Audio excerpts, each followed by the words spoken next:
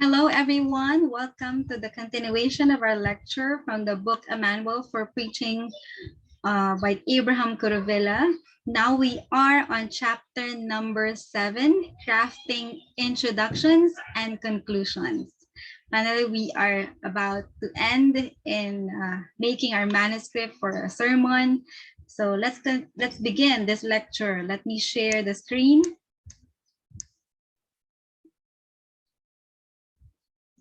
Okay. So that's the title. Now, crafting the introduction, I put here can be illustrations because sometimes inside the introduction are illustrations which we learned about it last time. And the conclusion, after you've created the body of the sermon, makes sense, right? Why? Because if you don't have the body ready, you won't know what to introduce and what to conclude. So it's very important that you finish creating the body already of the sermon, the content itself, before you make the introduction and the conclusion. So last time we have seen this table or chart.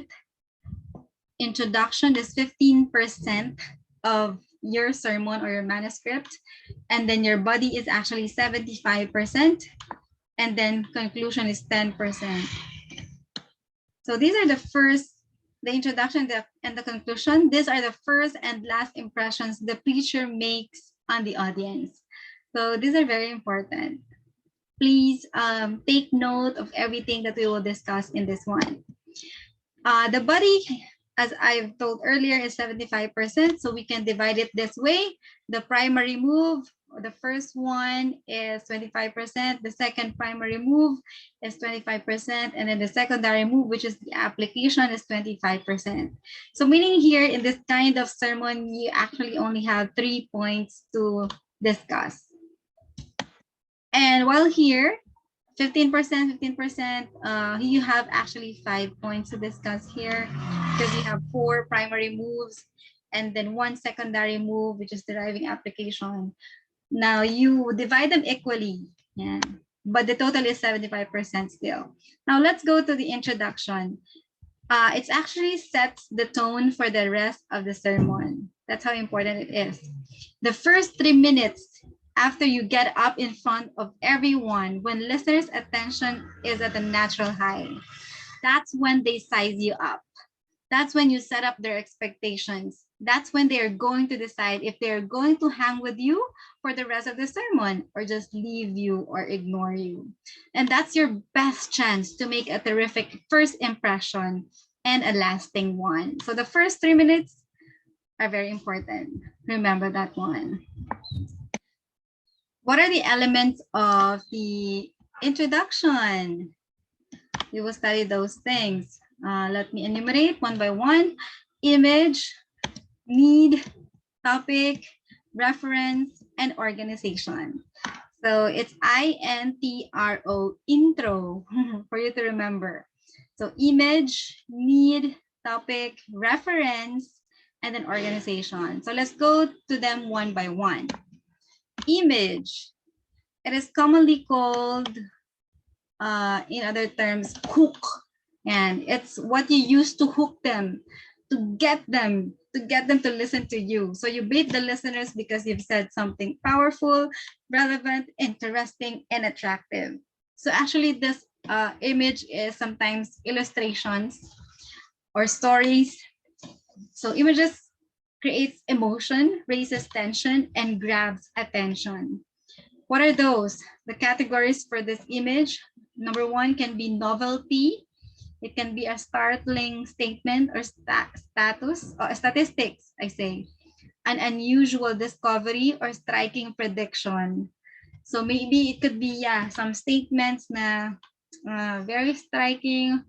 When we say novelty, it's always there. Something like yung usual, that we use at the beginning of a sermon.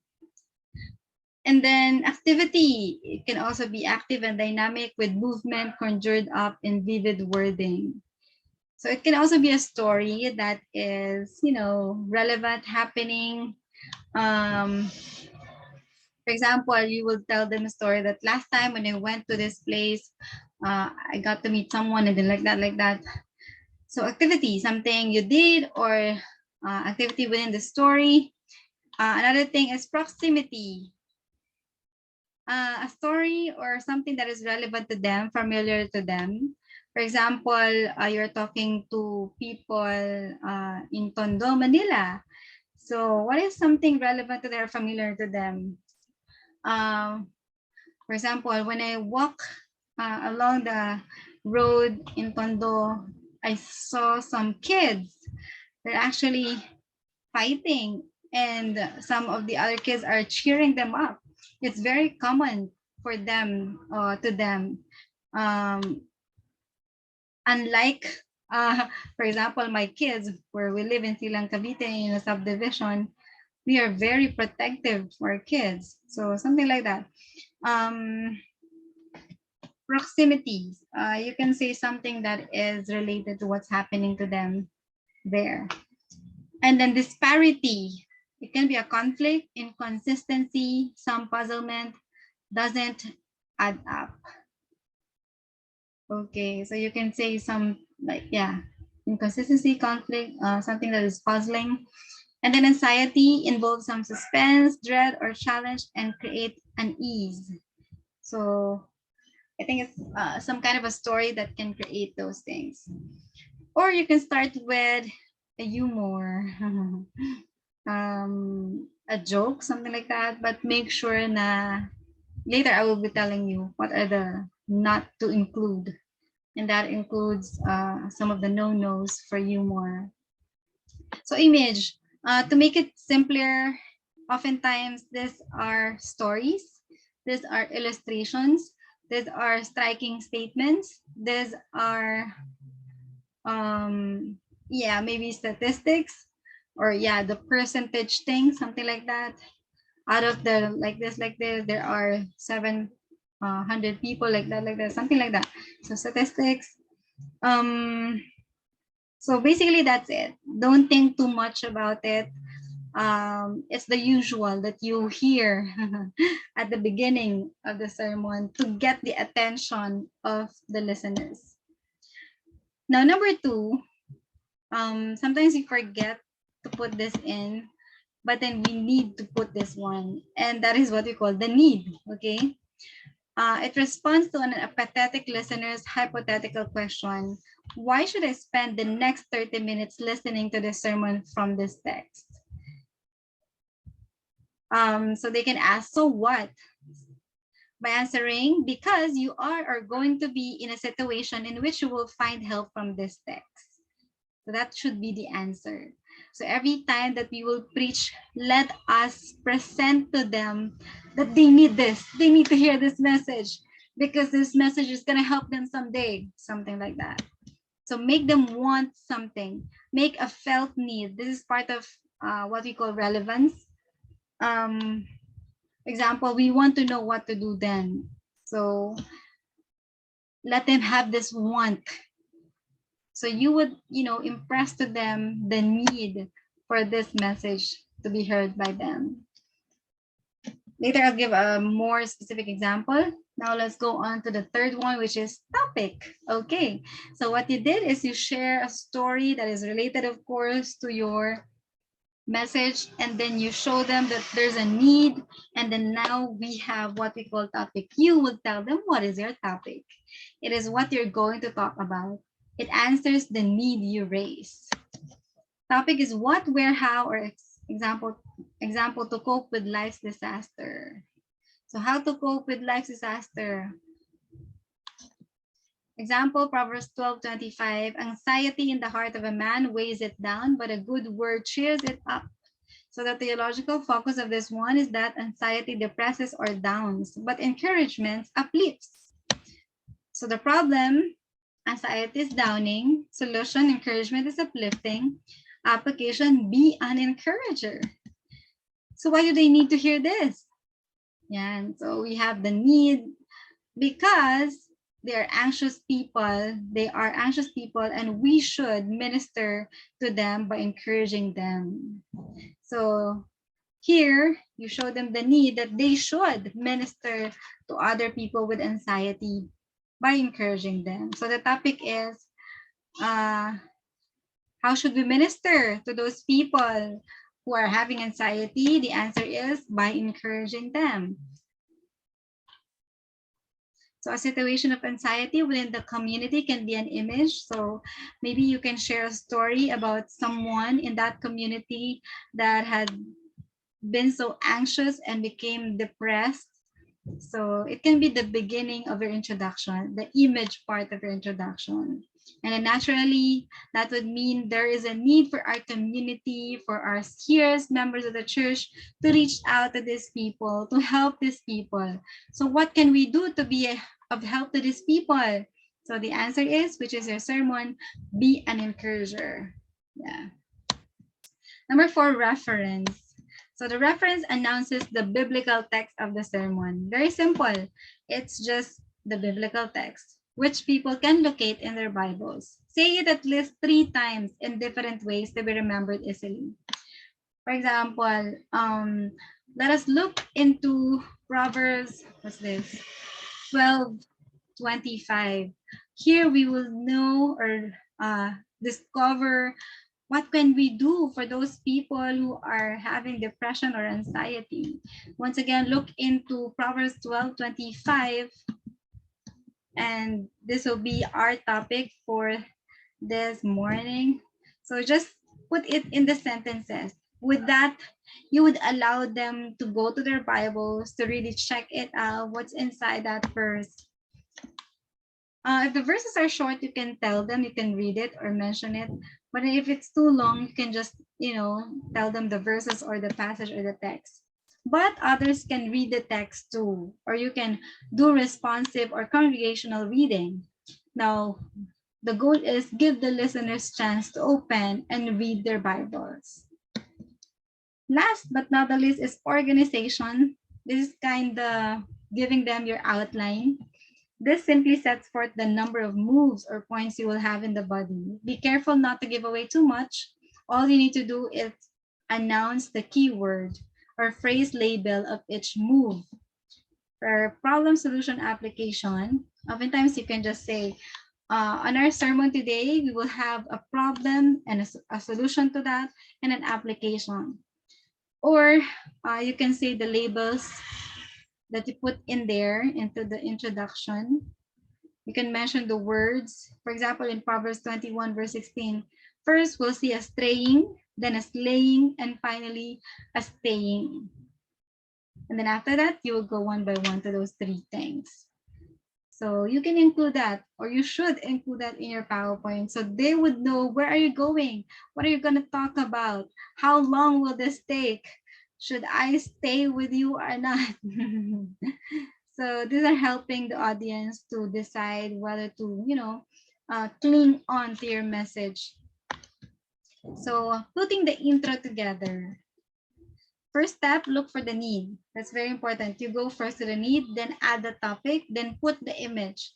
Sometimes we look for the illustration first or the image first, but we need to go to the need first. And then what's the answer to that need, which is the topic, and then add the image illustration that is, appropriate for that. And then you can add later on the reference and then the organization, which is the outline to that part of the introduction. Now the image says, get ready to hear the sermon. Okay, so yeah, this is kind of the real introduction.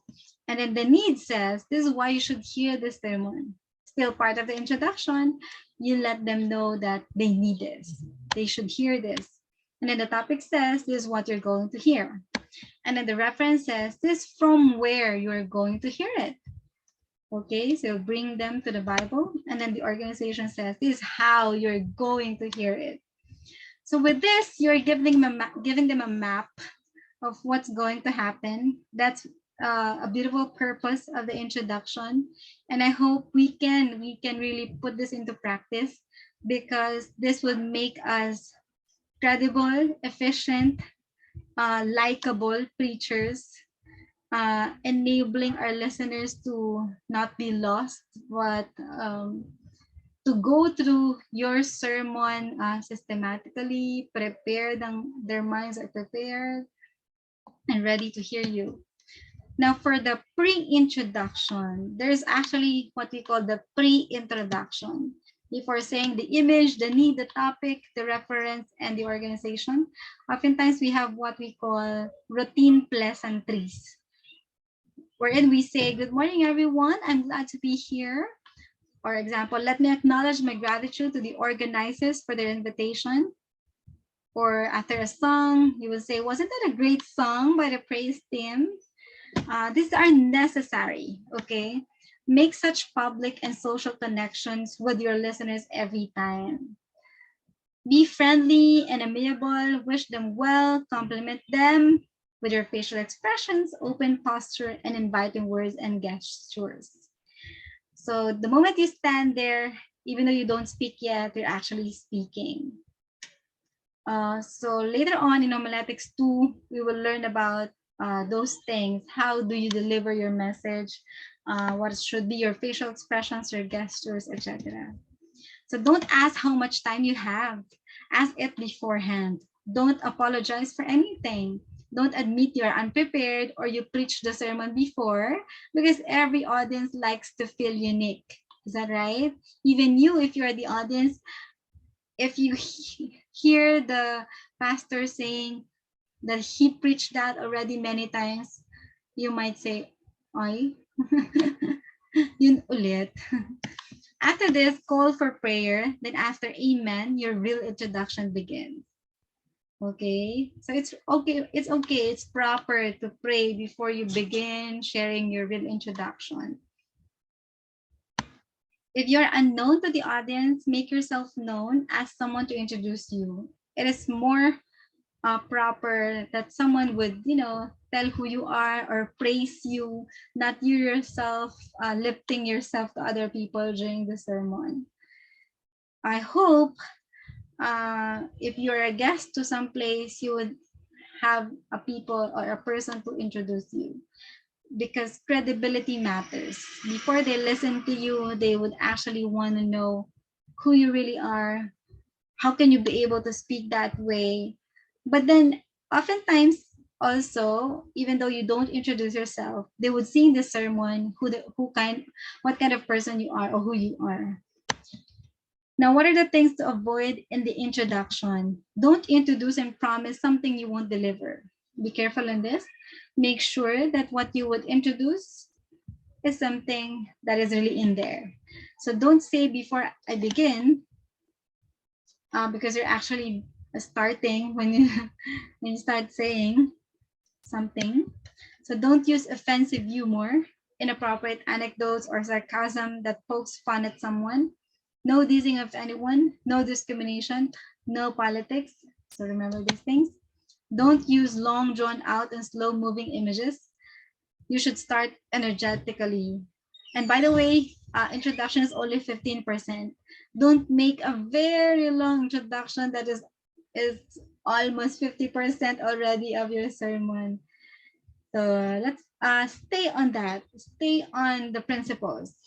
Don't start with equipment failure. You should test the microphone. You should test the PowerPoint beforehand.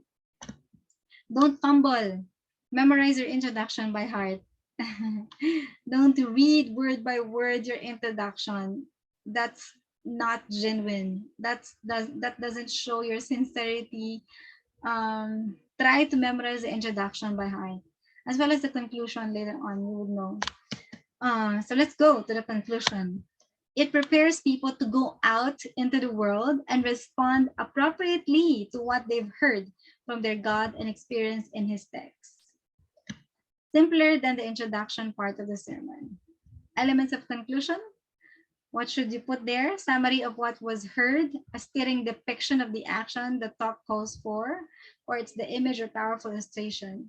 And then a final challenge to apply what was heard to change one's life. For other manuscript, we call this the appeal, yung challenge. So here in the conclusion, nandun na yun. We include that one. The summary, a powerful illustration, and then a final challenge. So here are two tables in application that we learned about last time, which is sometimes the third point or the secondary move driving application. We put there two things. Tell. You would say to them what they need to do, and then show. You would tell them in detail how it is done by you or by someone. Okay. Now it's possible that that last part can be combined with a conclusion. So how do we do that? We combine it, we say or tell what to do, and then show to them how do you do it. And then the image, next is a powerful illustration. And then next, before you end, you'll give them a challenge, a brief statement of the application as a closing call to action. So example, Proverbs 5:15. This is about, you would tell them to be accountable, to find accountability partners. How do you show them? How do you give them details of being accountable? There's a person in my life, trusted friend, to whom I give authority to check my browser, etc., etc. Now, for the image or illustration, here comes a story. This bull has killed me. These were the last words of Jose Cubero, one of Spain's brilliant matadors, before he lost consciousness and died. What happened is that after Jose Cubero pierced with a sword the bull, it fell down, and he thought it's dead already. So he faced the crowd, the cheering of the crowd. But the bull stand up again and then pierced him at the back through his heart by his, horn. And so he died. So just when we think them dead, sinful desires actually rise and pierce us from behind. So that's the point of that illustration. So the challenge is never neglect the frequent decontamination of lust from your life. Be accountable. Let's decide right here, and may the grace of God strengthen us. So it's also important to re-emphasize to them the Lord helping them in the challenges that you're giving. Now, what are the things to avoid in the conclusion? Number one, don't consider the application merely an add-on to the sermon, because the application is really vital and it's very important as part of the sermon. Don't add new elements in the conclusion. Be careful in this, because sometimes at the end, because we want to, or sometimes we put another verses or key verses at the end. That means it's another message. So don't add new elements in the conclusion. Just try to conclude what you have said already. Don't be impersonal. You can, talk to them directly, even mention name as you challenge them. Don't lose eye contact. How do you do this? That means you memorize by heart your conclusion, or you just glances at the outline, then speak to them. Don't lose eye contact. It's very important as they make decisions for the Lord. Don't lose energy. Maintain it, the energy you have as you end. Don't be overly dramatic by using an image that is far too gripping. Sometimes there are, videos or illustrations that are too heavy or too gripping to a person that they actually forgot everything and just remember that last video or that last illustration we said. So don't just stop, learn to say goodbye. So just like in an airplane, the illustration used here, if you are gonna finish the sermon with a conclusion, make sure it will land smoothly. So don't just, stop abruptly. You need to learn how to end a sermon by this conclusion. Don't skip the conclusion. Don't say in conclusion twice. Kindly take note of this. Make sure that you will only say it once, because if you would say it twice, oh, there's another conclusion. Oh, it's not yet the end. There's a okay, so don't say thank you also at the end. You'd rather end with a fervent prayer. That's much better. Don't go on forever. that means you're not really prepared, or you don't have a manuscript. If you keep on, saying and saying, talking and talking, and you don't know how to stop, there must really be an ending, conclusion, which includes, the application, tell, show, what else is that? The summary, and tell, show, image, and then challenge. Okay. Don't conclude a different sermon that you promised in the introduction. Don't conclude a different sermon you promised in the introduction. Don't apologize for anything. That's it. For the introduction and conclusion, I hope you learned a lot from it. And I hope you are brave enough right now to somehow complete your manuscript. We talk about the transitions already. We talk about your primary move, secondary move, and now we've talked about the introduction and conclusion. I think we're ready to go. We'll just add a few more to the every move that we have in the primary moves and in the secondary moves. And then that's it. You have a manuscript. Congratulations, everyone, that you've come this far. I'm looking forward to seeing your manuscript. It may not be the literal word by word. It might be missing some parts, but I believe it's, usable already. So thank you, everyone. God bless you, and see you again next time.